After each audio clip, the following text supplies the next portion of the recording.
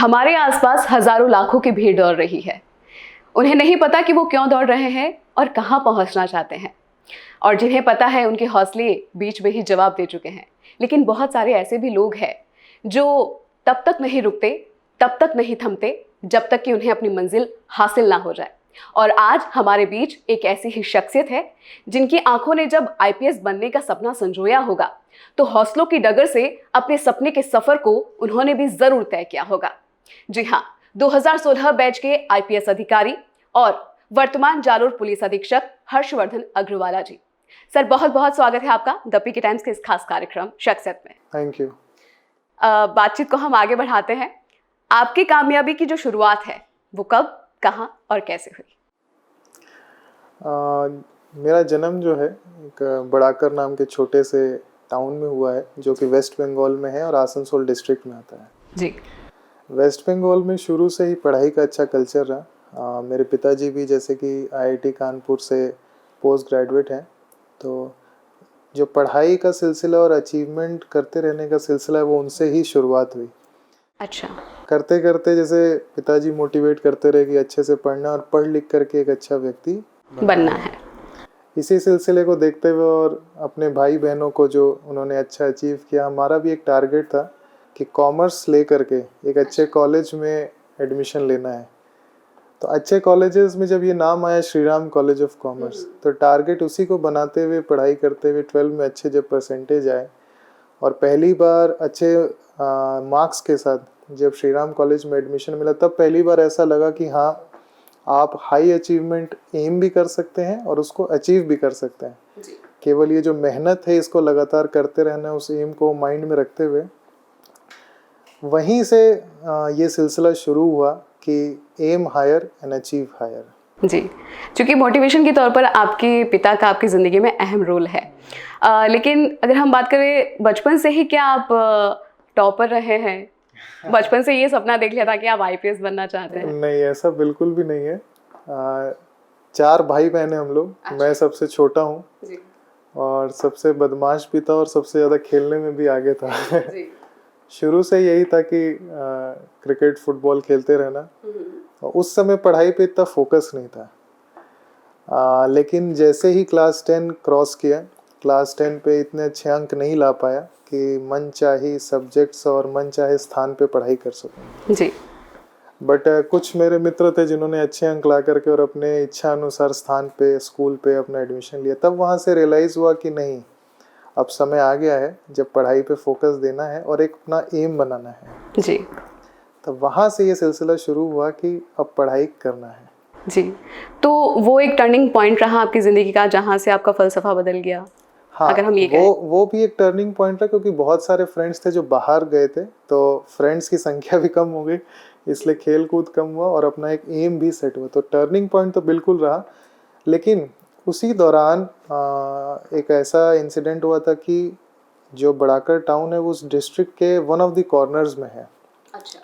तो जनरली वहाँ पर कलेक्टर एसपी का आना नहीं हो पाता है because that was a very big district. That time it was Bardhaman district, now it has been Asansol district, उसको डिवाइड किया गया। अच्छा।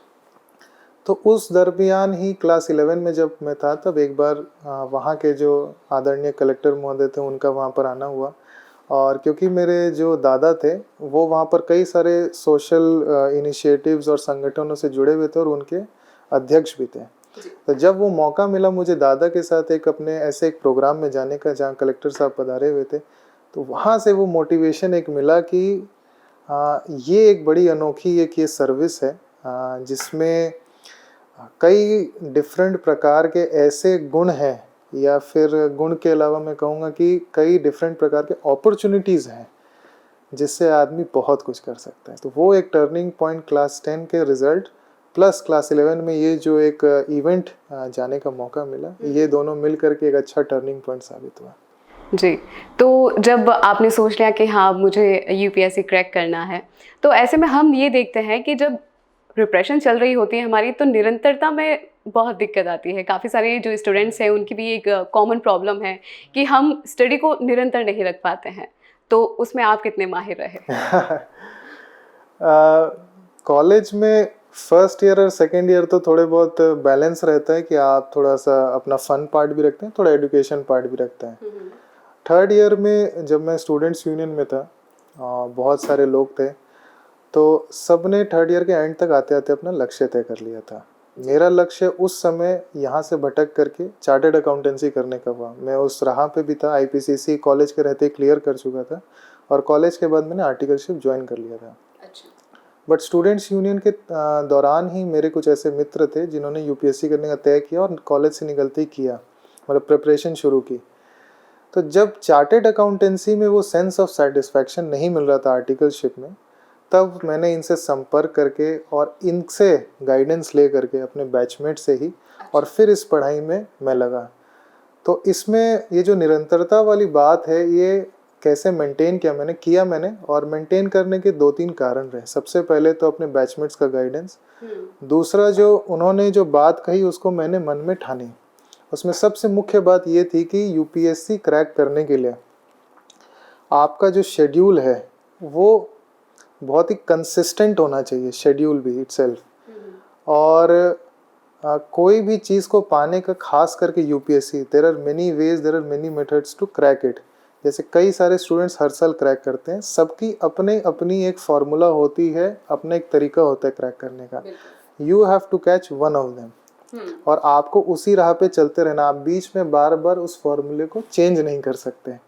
तो इस चीज़ को मन में रखते हुए और अपना फन पार्ट कम करते हुए, फ्रेंड्स का गाइडेंस लेते हुए निरंतरता मेंटेन रखने का प्रयास किया। लेकिन क्या वाकई इतना आसान होता है उसी रूटीन को न जाने कितने सालों तक फॉलो करते रहना? आसान तो नहीं होता है, but at the same time इतना मुश्किल भी नहीं होता है। बिकॉज देखिए, आप जैसे जैसे एज में बढ़ते जाते हैं, आपका जो एम फोकस है वो और कट शॉर्ट होकर के, नैरो डाउन होकर के फोकस्ड हो जाता है आपका। तो यही चीज़ रही कि विद टाइम जब एम फोकस्ड हो गया कि यूपीएससी क्लियर करना है, तब फिर जाकर के ये कंसिस्टेंसी मेंटेन करना इजी हो जाता है। बीच बीच में आपको ऐसे लगता है कि कई बार कि मैं ये क्या सही कर रहा हूँ, क्या मुझे कुछ और करना चाहिए था। लेकिन हाँ, आपको अपने मानसिक रूप से जो मजबूत रहना है उसको करते हुए ये किया जा सकता है। देखिए, जैसे आज की अगर हम परिस्थिति देखें तो हम सोशल मीडिया एक ऐसा प्लेटफॉर्म है जहाँ जो बहुत ज़्यादा डिस्ट्रैक्शन है। लेकिन जब आपने यूपीएससी क्रैक किया था, शायद तब उतना नहीं था, तो इसका भी एक अहम योगदान हम माने। सोशल मीडिया काफ़ी हद तक आ चुका था, बट जैसे मैंने भी कोचिंग ली है, वहाँ पर बहुत अच्छे अच्छे टीचर्स भी थे। तो वो भी अलग अलग प्रकार के जो मोटिवेशन देते थे उसमें और गाइडेंस देते थे। उसमें एक बात एक टीचर ने मुझे कही थी, ज्योग्राफी के टीचर ने, जो मुझे ध्यान है कि social media and plus internet दोनों को कंबाइंड में मानूंगा, there is a large flow of information. तो उस फ्लो ऑफ इंफॉर्मेशन का फ़ायदा है, परंतु जब आप अपने टेक्स्ट बुक्स का ज्ञान ले चुके हैं, जो एक प्रोसेस्ड वे में बनाया जाता है कि पहले ये हुआ फिर ये हुआ, जब आपको ओवरऑल व्यू मिल गया टेक्स्ट बुक से, तब जाकर के उस इंफॉर्मेशन का लाभ लेने के लिए तब आप सोशल मीडिया एंड इंटरनेट को यूज़ करिए। तो वैसे ही मैंने किया। अच्छा, ओके। एक मेरा कॉमन सा सवाल हर एक आईएएस और आईपीएस से रहा है कि जब आप यूपीएससी की तैयारी के लिए जुट जाते हैं तो आपको बिल्कुल एक किताबी कीड़ा बनना होता है। तो क्या आप भी मतलब अपने पूरे घंटे जो है, पूरा दिन किताबों को देते थे? पूरे दिन में हाँ, अधिकतर समय तो किताबों को देना पड़ता था। हाँ, क्योंकि यूपीएससी का सिलेबस जैसा कहते हैं कि everything under the sun and above the sun है। और मेरे साथ क्या रहा कि पहले मेरा फोकस चार्टर्ड अकाउंटेंसी था। कई सारे लोग जो होते हैं जो अपने ग्रेजुएशन के दिनों से ही इसकी प्रिपरेशन की शुरुआत करते, तो उनके लिए थोड़ा आसान रहता है आगे की पढ़ाई, क्योंकि पहले वो कर चुके होते कई सारा हिस्सा। परंतु मैंने ऐसा नहीं किया था। तो न्यूज़पेपर भी लेट से पढ़ना शुरू किया, प्लस ये बुक्स जो है चार्टर्ड अकाउंटेंसी जब यूपीएससी प्रिपरेशन में तब मैंने शुरू किया, इसलिए मुझे ज़्यादा समय इसमें देना पड़ा। अच्छा, और जो कि हम आपके पारिवारिक पृष्ठभूमि की बात करें तो घर में शायद कोई इस सेवा में शायद ही रहा होगा? हाँ, मेरे जो नियर रिलेटिव्स हैं उसमें तो नहीं है, हाँ, लेकिन मेरे ब्रदर इन लॉ के साइड से हैं जो पहले से सर्विस में, उनकी भी गाइडेंस मुझे बहुत काम आई इनफैक्ट। अगर मैं आपके यूपीएससी क्रैक करने में कोई 3 स्तंभ की बात करूं जिन्होंने आपके इसमें एक महत्वपूर्ण योगदान दिया है, तो वो कौन है? सबसे पहले तो मेरे पिताजी हैं, जिन्होंने मुझे हर प्रकार से सिर्फ मोटिवेशन ही नहीं, जैसा कि आप जानते हैं, हर ज़रूरत को पूरा करना मोटिवेशन के अलावा, और प्लस यहाँ तक कि मेरे पिताजी ने तो मुझे कई बार पढ़ाया है। जी। और इनफैक्ट इंटरव्यू के टाइम भी तो मैं बहुत लिमिटेड लोगों से इंटरेक्ट करता था, तो पिताजी से सबसे ज़्यादा इंटरेक्ट करता था। तो अच्छा। इंटरव्यू क्रैक करने में तो उनका बहुत बड़ा योगदान है। दूसरा स्तंभ माँ होती है, और बिल्कुल उनका तो जो जिस प्रकार का उनका योगदान है वो अनकम्पेरेबल है, और उसको शब्दों में जाहिर नहीं किया जा सकता। तीसरा मैं बोलूँगा तो मेरे दादा हैं, क्योंकि सबसे पहले सपना उन्होंने ही देखा था। अच्छा। हाँ, आपसे पहले भी?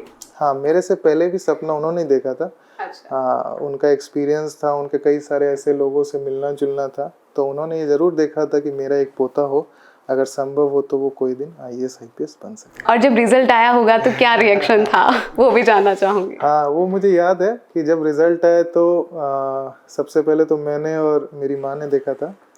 तो उसके बाद मैं दादा के पास गया था, तो दादा की आंखों में आंसू थे, और उनका ये था कि ऐसा था कि एक बहुत बड़ा सपना था जो उन्होंने कभी देखा था, जो आज सच पूरा हो गया है। उसके बाद एक एकेडमिक सेशन आपका शुरू हो जाता है, वहाँ ट्रेनिंग के लिए जाते हैं, तो वो अनुभव आपका कैसा रहा? नेशनल पुलिस एकेडमी का जो एक्सपीरियंस है वो बहुत ही ज़्यादा बेहतरीन है। उसमें हर प्रकार से आपको मानसिक रूप से, शारीरिक रूप से आपको बहुत ही बेहतर बनाया जाता है। क्योंकि मैं स्पोर्ट्स में हमेशा एक्टिव था, मैं स्कूल से फुटबॉल टीम में था, बहुत ही छोटी उम्र से, क्लास 5-6 से। तो मैं क्योंकि स्पोर्ट्स में एक्टिव था, तो मुझे वो शारीरिक पार्ट तो बहुत ही मैं इंजॉय करता था। हाँ, बीच में ज़रूर दिक्कतें आती थी, क्योंकि ऐसा नहीं है, वो जिस प्रकार से ट्रेन करते, बहुत सारी ऐसी भी एक्टिविटीज़ होती है जो पहले आपने कभी नहीं किया। परंतु अगर आपका स्ट्रॉन्ग मोटिवेशन है और आप कंसिस्टेंट है कि आपको ये करना है, तो बिल्कुल आप इंजॉय करते हैं उसको। तो चूंकि हम जब वहाँ जाते हैं ट्रेनिंग के लिए, तो बहुत सारी चीज़ें होती है जिनको एक्सप्लोर करने का हमें मौका मिलता है, तो कोई ऐसी घटना या एक ऐसी याद जो आपको आज भी याद आती हो? ये रनिंग है। बिल्कुल स्पोर्ट्स में रनिंग करते हैं, परंतु वहाँ की जो रनिंग होती है, स्पेशली लॉन्ग डिस्टेंस रनिंग, तो मैंने तो कभी उम्मीद नहीं किया था कि मैं बेहतर इतना कर पाऊंगा। बट वो एक इवेंट मुझे याद है, जब वो 16 किलोमीटर्स की रन होती है, एंड अनइमेजिनेबली मैंने 16 किलोमीटर जब 78 मिनट्स में किया, तो मुझे भी यकीन नहीं हुआ कि मैं इतना फास्ट रन कर सकता हूँ। जी। उसके बाद आपकी पहली पोस्टिंग जो कि अजमेर में लगी थी, तो वो अनुभव आपका? अजमेर में तो मैं as a deputy SP training में पोस्ट हुआ था, बट उससे पहले मैं नागौर में एज SHO मैंने वर्क किया है। अच्छा। नागौर एक ऐसा ज़िला है जिसमें सब प्रकार के क्राइम भी है, और सब प्रकार के जो एक्सपीरियंस एक पुलिस अधिकारी को होने चाहिए वो उसमें देता है। क्योंकि मेरे SP सर पारिश देशमुख सर बहुत ही बेहतरीन ऑफिसर हैं, उनके अंडर ट्रेन होकर के मैंने वो हर छोटी बड़ी चीज़ें सीखने का प्रयास किया, और उसका अनुभव मुझे आज भी बहुत लाभ देता है। जी बिल्कुल। और एज एन SP जालोर ज़िले में आपकी पहली पोस्टिंग है। यूँ तो जालोर ज़िले में कई सारे SPs रह कर गए हैं, लेकिन आप उनसे बेहतरी के लिए, जालोर को और बेहतर करने के लिए क्या कुछ आवश्यक कदम उठाना चाह रहे हैं? दो चीज़ों पे मुझे ऐसा लगता है कि मैंने थोड़ा बहुत काम किया है। एक तो ये नशा मुक्ति के ऊपर है। मैं ये नहीं कहता कि मैं 100% सक्सेसफुल रहा कंट्रोल करने में, परंतु जो एक नशा मुक्ति अभियान चलाया था, उससे फ़ायदा ये मिला कि दो प्रकार से कुछ लोग हैं जिन्होंने छोड़ने का संकल्प भी लिया, और मैं मानता हूँ कि आज वो लोग उस संकल्प पे दृढ़ रखते हैं, विश्वास रखते हैं। दूसरी बात है कि जो welfare of the police personal, तो वेलफेयर के लिए जैसे मैंने कुछ पुलिस लाइन में काम कराया है। एक बहुत ही बेहतरीन बिल्डिंग भामाशाह के सहायता से जो बनाई गई है, जिसमें आज के दिन कैंटीन संचालित है, आगे जाकर के एक जिम भी चलेगा, और तीसरा वहाँ पर एक जो पुलिस ट्रेनिंग सेंटर है, जो पुलिस के कई सारे कोर्सेज जिले लेवल पे जो हमें उन्हें देना होता है प्रशिक्षण, वो वहाँ पे चल रहा है। जी बिल्कुल। और चूँकि एक पुलिस अधीक्षक होने के नाते बहुत सारी चुनौतियाँ होती है जिनका आपको सामना करना पड़ता है, तो ऐसी कोई चुनौती याद आती हो आपको जो आपके लिए काफ़ी मुश्किल रही हो और टैकल करना मुश्किल लगा हो आपको कुछ? देखिए, वैसे तो पुलिस की नौकरी में हर दिन एक चुनौतीपूर्ण रहता है, because police is one of those emergency response force जिसको तुरंत ही हर प्रकार के, और एक ये ज़रूर है कि एक मतलब बहुत बड़ी डकैती लूट हो गई थी भादरा जून में, जिसमें एक ज्वेलरी की शॉप में अराउंड 70 लाख रुपीज़ का सामान लेकर के कुछ अनजान व्यक्ति लेके चले गए थे। वो एक बहुत बड़ा मैं सक्सेस मानता हूँ मेरे पूरे पुलिस की टीम का, कि विदिन 6 आवर्स उसको ट्रेस करके और आज के दिन हमने उसको पूरा रिकवर कर लिया है और सारे जितने भी अपराधी थे उनके द्वारा इस्तेमाल किए गए हथियार या गाड़ी उसको हमने जो जब्त कर लिया है। तो वो मैं मानता हूँ कि जालोर पुलिस का एक बहुत बड़ा सक्सेसफुल ऑपरेशन था। जी, और चूंकि जालोर ज़िला गुजरात से सटा है और गुजरात में शराबबंदी है और हाल ही में आपने एक शराब की बड़ी खेप को भी पकड़ा है, तो ऐसे में इस चुनौती का सामना कैसे करते हैं? और इसमें जो मुखबिर की सूचना होती है प्लस रेगुलर जो नाकाबंदी होती है, ये 2 प्रकार की चीज़ें काफ़ी हमारे लिए लाभदायक होती है और इसी से ये सफलता मिलती है। कई बार कम सफल भी रहते हैं, कई बार अच्छी खासी सीजर भी हो जाती है, परंतु ये जो निरंतर प्रयास है और निरंतर सूचनाओं का आदान प्रदान है, इससे ये हम कहीं ना कहीं सफल साबित होते हैं। महिलाओं की सुरक्षा को लेकर आप क्या कहना चाहेंगे? महिलाओं की सुरक्षा को लेकर के जैसे कि पुलिस मुख्यालय द्वारा जो सुरक्षा सखी और पुलिस मित्रों का जो एक चलता है कि हम उनको अपने साथ जोड़ करके रखते हैं, इससे ये फ़ायदा हमें मिलता है कि जितने भी महिलाओं के संबंधित अपराध हैं, कई बार जो दब जाते हैं, छुप जाते हैं, इनके द्वारा उजागर किया जाता है और नज़दीकी पुलिस संस्था जो भी हो, चाहे वो एक थाना हो, चाहे एसपी ऑफिस हो, सीओ ऑफिस हो, तो वहाँ पर आकर के उन महिलाओं की सहायता करते हुए जो कंप्लेन आती है तुरंत उस पर दर्ज करके, और अगर वो सही साबित होता है तो फिर मुलजिम को तुरंत अरेस्ट किया जाता है। जी, क्योंकि हाल ही में हमने एक केस भी देखा था, सुराना केस, जिसमें एक दलित की मौत हो गई थी बच्चे की, तो उसको लेकर काफ़ी जो अफवाहें, हम मेरा मेन मुद्दा कहने का ये है कि अफवाहें जल्दी फैलती है लोगों तक, तो ऐसे में उन अफवाहों को काबू में रखने के लिए आपके विशेष कदम क्या रहते हैं? देखिए, सुराना जो प्रकरण है, क्योंकि अभी अंडर इन्वेस्टिगेशन है वो केस है, तो मैं इस पे अभी कमेंट करना नहीं चाहूँगा।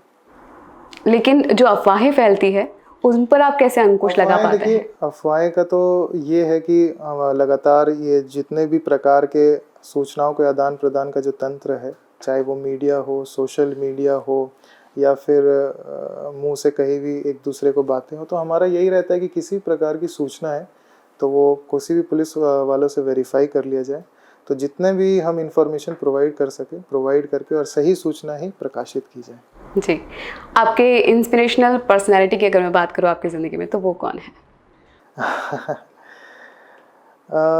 मेरे खुद के जो समय में कई सारे लोगों को मैंने पढ़ा है, तो मुझे विवेकानंद जी का विशेष करके रहता है, क्योंकि जब मैं पढ़ाई भी करता था तो उनके कोट्स को मैं बार बार सुनता था, देखता था, पढ़ता था, तो वो मुझे ज़रूर बहुत मोटिवेट करता है। जी, आपको फिल्में देखना भी पसंद होगा? जी, मैं फिल्म किस तरह के कंटेंट देखना आप पसंद करते हैं? अभी तो horror comedy and plus crime related, ये 2 चीज़ें मुझे ज़्यादा जी, निजी ज़िंदगी में हम बहुत सारी ऐसी हॉबीज़ होती है जिसे हम कैरी करते हैं। आपकी कोई ऐसी हॉबीज़ जो आज भी आप कैरी करते हैं? मैं फ़ुटबॉल खेलना ही ज़्यादा पसंद करता हूँ आज भी। तो जैसे अजमेर में था तो मैं उस समय भी पुलिस मीट में अपने अजमेर की टीम के साथ खेला था। यहाँ पर भी स्टेडियम में कुछ लोग खेलते हैं, तो कभी कभार जब समय निकलता है तो मैं खेलने का प्रयास करता हूँ। जी, क्योंकि आपने बताया कि आप पश्चिम बंगाल से हैं और राजस्थान का ऑर्डर आपको मिला है, तो एक क्या बड़ा बदलाव देखते हैं वहाँ और यहाँ में? एक्चुअली बहुत बड़ा बदलाव नहीं है, क्योंकि मैं एक्चुअली ओरिजिनली हमारी फैमिली झुंझुनू की ही है। अच्छा, ओके। हाँ, तो मैं पहले यहाँ पर आ चुका हूँ और हम अभी भी उसी माहौल में वहाँ पश्चिम बंगाल में भी रहते हैं, जहाँ कई सारे कस्टम्स जो हम यहाँ के वहाँ फॉलो करते हैं। जी। और राजस्थान मेरा फर्स्ट चॉइस था, तो मैं पहले से ही मेंटली प्रिपेयर्ड था कि मतलब राजस्थान जैसे राज्य में जाना है और वहाँ सेवाएं देनी है। जी, जब आपने आईपीएस बनने का सपना देखा था तब एक विशेष सोच क्या थी? जैसे बहुत सारे आईपीएस ऑफिसर जो होते हैं वो कहते हैं कि वो अपने हौसलों से देश की तकदीर को बदलना चाहते हैं, तो आपकी क्या सोच थी इसके पीछे? मेरा तो जैसे कई सारे ब्रांचेस बोल लीजिए जो पुलिस में है जिसमें काम कर सकते हैं, तो मेरा विशेष करके ये है कि मैं इकोनॉमिक ऑफेंसेस से रिलेटेड कुछ कर पाऊँ, बेहतर उसमें कुछ कर पाऊँ। मेरा बैकग्राउंड भी कॉमर्स है, उन चीज़ों को, उन फिगर्स को, उन डॉक्यूमेंट्स को बेहतर समझ सकता हूँ। तो इस इकोनॉमिक ऑफेंसेस में अगर मैं कुछ कर पाऊँगा तो आगे मैं इसमें करना चाहूँगा। जी, और एक प्रोफेशनल लाइफ और पर्सनल लाइफ में सामंजस्य बिठाना आसान होता है आपके लिए? ये तो मैं अभी सीख रहा हूँ। अच्छा, बिल्कुल।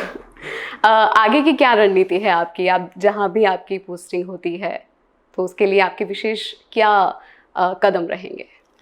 सबसे प्रथम तो जो पुलिस मुख्यालय की जो प्राथमिकताएं होती है, एज एन एसपी मेरा यही रहता है कि सबसे पहले उन प्राथमिकताओं को अच्छे से एग्जीक्यूट कर सकूं और उसका रिजल्ट्स दे सकूं।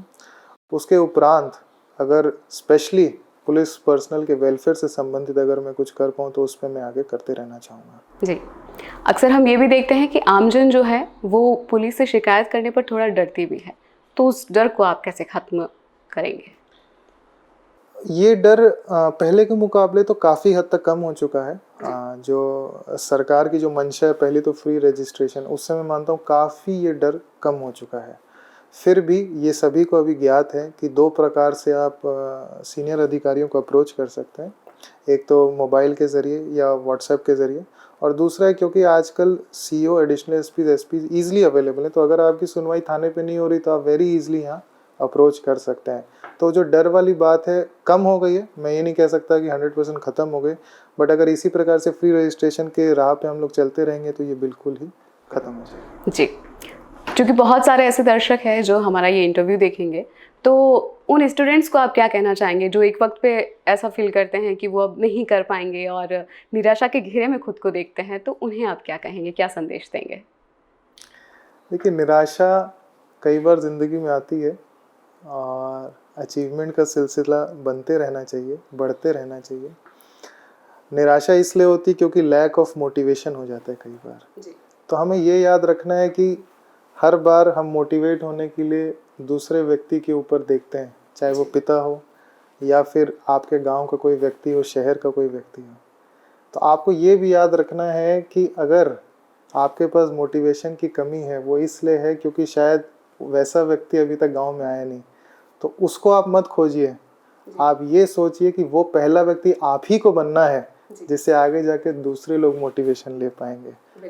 तो इस तरीके से सोचते हुए, और कहीं ना कहीं हार में भी जीत तो है ही, बिकॉज ये जो पढ़ाई का या जॉब का सिलसिला है, ये सिर्फ एक फाइनल अचीवमेंट के लिए नहीं है। ये जो पूरी राह है, जैसे एक कोट है कि happiness lies along the road, not at the end of the road. तो आप उस पूरी जर्नी को एंजॉय करते चलिए और मोटिवेशन कहीं ना कहीं अपने अंदर बनाते चलिए, जिससे कि आपकी ज़िंदगी सफल हो जाएगी। जी, बहुत बहुत शुक्रिया सर, हमारे साथ कुछ अनछुए पल साझा करने के लिए थे।